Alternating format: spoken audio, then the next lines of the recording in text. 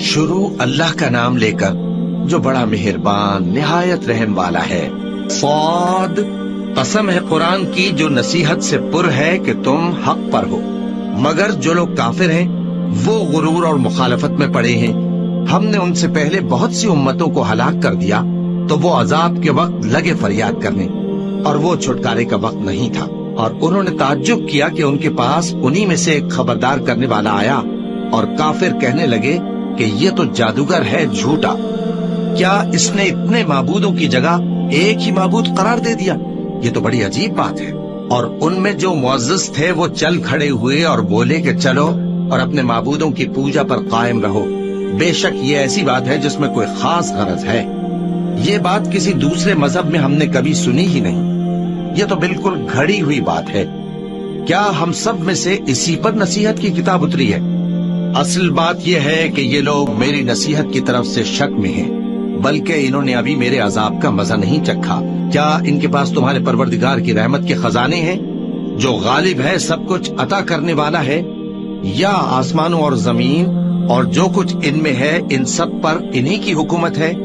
تو چاہیے کہ رسیاں تان کر آسمانوں پر چڑھ جائیں، یہاں شکست کھائے ہوئے گروہوں میں سے یہ بھی ایک لشکر ہے۔ ان سے پہلے نوح کی قوم اور عاد اور میخوں والا فرعون بھی جھٹلا چکے ہیں، اور سمود اور لوط کی قوم اور بن کے رہنے والے بھی، یہی وہ شکست خوردہ گروہ ہیں۔ ان سب نے پیغمبروں کو جھٹلایا تو میرا عذاب ان پر آ واقع ہوا، اور یہ لوگ تو صرف ایک زور کی آواز کا جس میں شروع ہونے کے بعد کچھ وقفہ نہیں ہوگا انتظار کرتے ہیں، اور کہتے ہیں کہ اے ہمارے پروردگار، ہم کو ہمارا حصہ جلدی سے حساب کے دن سے پہلے ہی دے دے۔ اے پیغمبر صلی اللہ علیہ وآلہ وسلم، یہ جو کچھ کہتے ہیں اس پر صبر کرو، اور ہمارے بندے داؤد کو یاد کرو جو صاحب قوت تھے، بے شک وہ رجوع کرنے والے تھے۔ ہم نے پہاڑوں کو ان کے زیر فرمان کر دیا تھا کہ صبح و شام ان کے ساتھ تسبیح کرتے تھے، اور پرندوں کو بھی کہ وہ جمع رہتے تھے، ہر ایک ان کے آگے رجوع رہتا تھا، اور ہم نے ان کی بادشاہی کو مستحکم کیا اور ان کو حکمت اور فیصلہ کن خطابت عطا فرمائی۔ اور اے نبی صلی اللہ علیہ وآلہ وسلم، کیا تمہارے پاس ان جھگڑنے والوں کی بھی خبر آئی ہے جب وہ دیوار پھاند کر اندر داخل ہوئے؟ جس وقت وہ داؤد کے پاس آئے تو وہ ان سے گھبرا گئے، انہوں نے کہا کہ خوف نہ کیجیے، ہم دونوں کا ایک مقدمہ ہے کہ ہم میں سے ایک نے دوسرے پر زیادتی کی ہے، تو آپ ہم میں انصاف سے فیصلہ کر دیجئے اور بے انصافی نہ کیجیے گا، اور ہم کو سیدھا رستہ دکھا دیجئے۔ بات یہ ہے کہ یہ میرا بھائی ہے، اس کے ہاں 99 دمبیاں ہیں اور میرے پاس ایک دمبی ہے، یہ کہتا ہے کہ یہ بھی میرے حوالے کر دے، اور گفتگو میں مجھ پر حاوی ہو رہا ہے۔ انہوں نے کہا کہ یہ جو تیری دمبی مانگتا ہے کہ اپنی دمبیوں میں ملا لے، بے شک تجھ پر ظلم کرتا ہے، اور اکثر شریک ایک دوسرے پر زیادتی ہی کیا کرتے ہیں۔ ہاں، جو ایمان لائے اور عمل نیک کرتے رہے، اور ایسے لوگ بہت کم ہیں۔ اور داؤد نے خیال کیا کہ اس واقعے سے ہم نے ان کو آزمایا ہے، تو انہوں نے اپنے پروردگار سے مغفرت مانگی اور جھک کر سجدے میں گر پڑے اور اللہ کی طرف رجوع کیا، تو ہم نے ان کو بخش دیا، اور بے شک ان کے لیے ہمارے ہاں قرب اور عمدہ مقام ہے۔ اے داؤد، ہم نے تم کو زمین میں خلیفہ بنایا ہے، تو لوگوں میں انصاف کے فیصلے کیا کرو، اور خواہش کی پیروی نہ کرنا کہ وہ تمہیں اللہ کے رستے سے بھٹکا دے گی۔ جو لوگ اللہ کے رستے سے بھٹکتے ہیں ان کے لیے سخت عذاب ہے، اس لیے کہ انہوں نے حساب کے دن کو بھلا دیا، اور ہم نے آسمان اور زمین کو اور جو کائنات ان میں ہے اس کو بے مقصد نہیں پیدا کیا۔ یہ ان کا گمان ہے جو کافر ہیں، سو کافروں کے لیے دوزخ کا عذاب ہے۔ جو لوگ ایمان لائے اور عمل نیک کرتے رہے، کیا ان کو ہم ان کی طرح کر دیں گے جو ملک میں فساد کرتے ہیں، یا پرہیزگاروں کو بدکاروں کی طرح کر دیں گے؟ یہ کتاب جو ہم نے تم پر نازل کی ہے بابرکت ہے، تاکہ لوگ اس کی آیتوں میں غور کریں اور تاکہ اہل عقل نصیحت حاصل کریں۔ اور ہم نے داؤد کو سلیمان عطا کیے، بہت خوب بندے تھے، اور وہ اللہ کی طرف بہت رجوع کرنے والے تھے۔ جب ان کے سامنے شام کو اصیل گھوڑے پیش کیے گئے تو کہنے لگے کہ میں نے اپنے پروردگار کی یاد سے غافل ہو کر مال کی محبت اختیار کی، یہاں تک کہ آفتاب پردے میں چھپ گیا۔ بولے کہ ان کو میرے پاس واپس لاؤ۔ پھر ان کی ٹانگوں اور گردنوں پر ہاتھ پھیرنے لگے، اور ہم نے سلیمان کی آزمائش کی اور ان کے تخت پر ایک دھڑ سا ڈال دیا۔ پھر انہوں نے اللہ کی طرف رجوع کی اور دعا کی کہ اے پروردگار مجھے معاف فرما اور مجھ کو ایسی بادشاہی عطا فرما کہ میرے بعد کسی کو شایع نہ ہو، بے شک تو سب کچھ عطا فرمانے والا ہے۔ پھر ہم نے ہوا کو ان کے زیر فرمان کر دیا کہ جہاں وہ پہنچنا چاہتے ان کے حکم سے نرم نرم چلنے لگتی، اور جنوں کو بھی ان کے زیر فرمان کیا۔ یہ سب عمارتیں بنانے والے اور غوطہ مارنے والے تھے، اور کچھ دوسروں کو بھی جو زنجیروں میں جکڑے ہوئے تھے۔ ہم نے کہا یہ ہماری بخشش ہے، چاہو تو احسان کرو یا رکھ چھوڑو، تم سے کچھ حساب نہیں ہے۔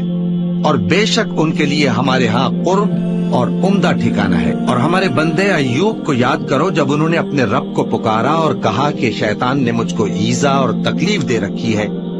ہم نے کہا کہ زمین پر لات مارو، دیکھو یہ چشمہ نکل آیا، نہانے کو ٹھنڈا پانی اور پینے کو بھی۔ اور ہم نے ان کو اہل و عیال اور ان کے ساتھ اتنے ہی اور بخشے۔ یہ ہماری طرف سے رحمت اور عقل والوں کے لیے نصیحت تھی۔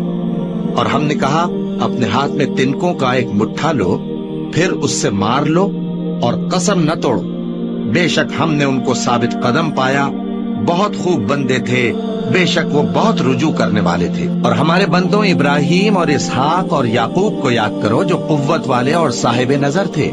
ہم نے ان کو ایک صفت خاص آخرت کے گھر کی یاد سے ممتاز کیا تھا، اور وہ ہمارے نزدیک منتخب اور خوبی والوں میں سے تھے۔ اور اسماعیل اور الیسع اور ذوالکفل کو یاد کرو، اور یہ سب بھی خوبی والوں میں سے تھے۔ یہ نصیحت ہے اور پرہیزگاروں کے لیے تو عمدہ ٹھکانہ ہے، ہمیشہ رہنے کے باغ جن کے دروازے ان کے لیے کھلے ہوں گے، ان میں تکیے لگائے بیٹھے ہوں گے، اور کھانے پینے کے لیے بہت سے میوے اور مشروبات منگاتے رہیں گے، اور ان کے پاس نیچی نگاہ رکھنے والی اور ہم عمر حوریں ہوں گی۔ یہ وہ چیزیں ہیں جن کا حساب کے دن کے لیے تم سے وعدہ کیا جاتا تھا۔ یہ ہمارا رزق ہے جو کبھی ختم نہیں ہوگا۔ یہ نعمتیں تو فرمانبرداروں کے لیے ہیں، اور سرکشوں کے لیے برا ٹھکانہ ہے، یعنی دوزخ جس میں وہ داخل ہوں گے، اور وہ بری آرام گاہ ہے۔ یہ کھولتا ہوا گرم پانی اور پیپ ہے، اب اس کے مزے چکھیں۔ اور اسی طرح کے اور بہت سے عذاب ہوں گے۔ یہ ایک فوج ہے جو تمہارے ساتھ گھستی چلی آ رہی ہے، ان کو خوشامدید نہ کہا جائے۔